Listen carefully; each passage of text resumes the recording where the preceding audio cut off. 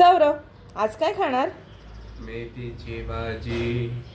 आज आपण बनवूया चाकवताची भाजी आणि सोबत पालकाचे भजे. दोन्ही मी रात्रीच निवडून ठेवलं होतं. आता पालकाची पानं स्वच्छ पाण्यात धुवून काढूयात. बेसन पीठ चाळून त्यात मीठ, हळद, धनापूड, घाटी मसाला नसेल तरीही चालेल, लाल तिखट टाकूया. पाणी टाकून एकत्र जीव करून घेतला. आता यात पालकाची पानं डीप करून गरम तेलात ऑइल फ्राय करून घेणार दोन्ही साईडनी. आता ही झाली आपली भजे रेडी. आता मसूरची डाळ 10 मिनटं भिजवून ठेवायची. त्यासाठी मी 2 ते 3 पाण्यात धुवून घेतली. तोपर्यंत चाकवताची भाजी धुवून घेऊयात. आता झाली भाजी धुवून.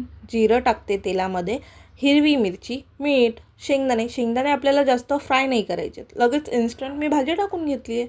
मसूरची डाळही टाकून घेतली.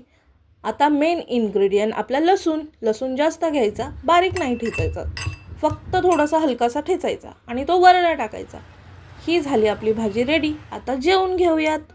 काय मस्त सुगंध येतोय, वाव. आहा, या जेवायला.